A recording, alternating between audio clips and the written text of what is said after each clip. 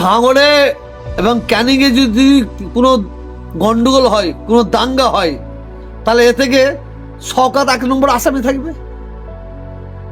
নওশাদ ও কলকাতা ব্রিগেডের ময়দানে সভা ডেকেছে, শহীদ ময়দানে লোক যাবে। এটা করার চক্রান্তটা কি? ভাঙড় ক্যানিংয়ের মানুষকে শহীদ মিনারে যেতে দেবো না। আপনি দেখে নেবেন, আমি বলে রাখছি, ও যত আটকাবে ভাঙড় ক্যানিংয়ের মানুষ ততর বিরুদ্ধে যাবে, ততর বিরুদ্ধে যাবে। দেখেছেন না, পায়ের ওপর পা দিয়ে ঝগড়া করতে হয়। ভাঙড় ক্যানিংয়ের মানুষ একজনকে ভালোবাসে, ও ভালোবাসার যোগ্য নয়।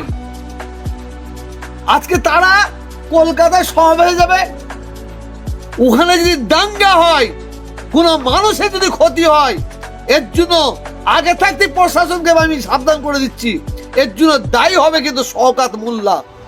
অতএব আমি প্রশাসনের কাছে দাবি রাখবো, আমার কাছে যে খবর এসেছে শওকত মোল্লা ওইটিকে সামনে রেখে বহুত অত্যাচার করবে, বহু জুলুম করবে।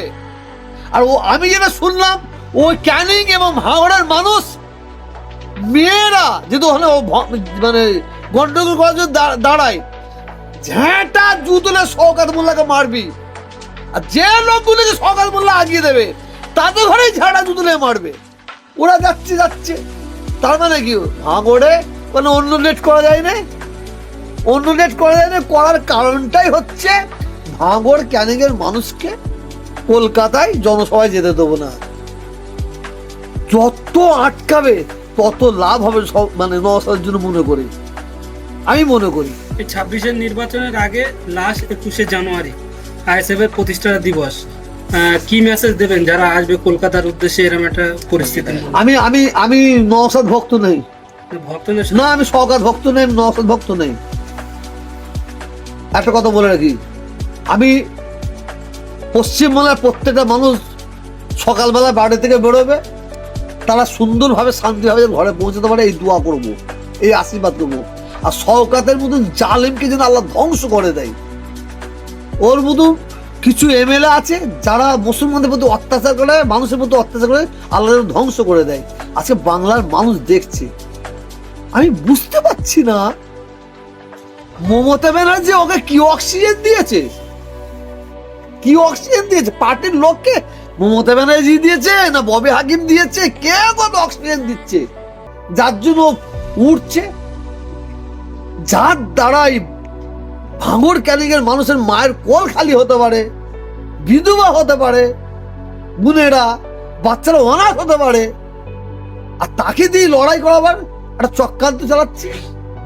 ও ভাঙড় ক্যানিং এ যদি কোল খালি হয়, এদের কি হবে? মুসলমান মার কোল খালি হবে তো, মুসলমান বোন বিধবা হবে তো, মুসলমান বাচ্চারা অনাথ হবে তো। ওই জন্যই মানে লোহা দিয়ে লোহাকে ঠিক করার জন্য ঠিক আছে, ওখানে স্টিল আছে, এখানে চিন্তা করতে হবে না।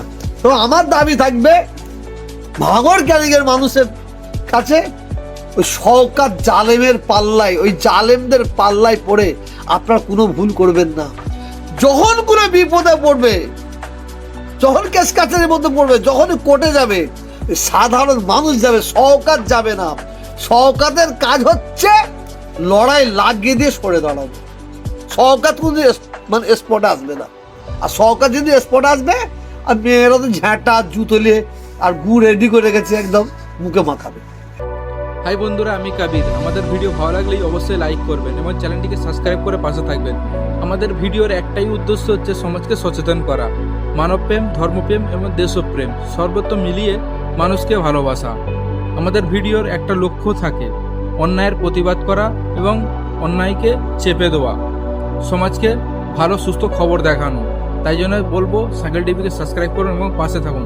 ধন্যবাদ, ভালো থাকবেন, সুস্থ থাকবেন।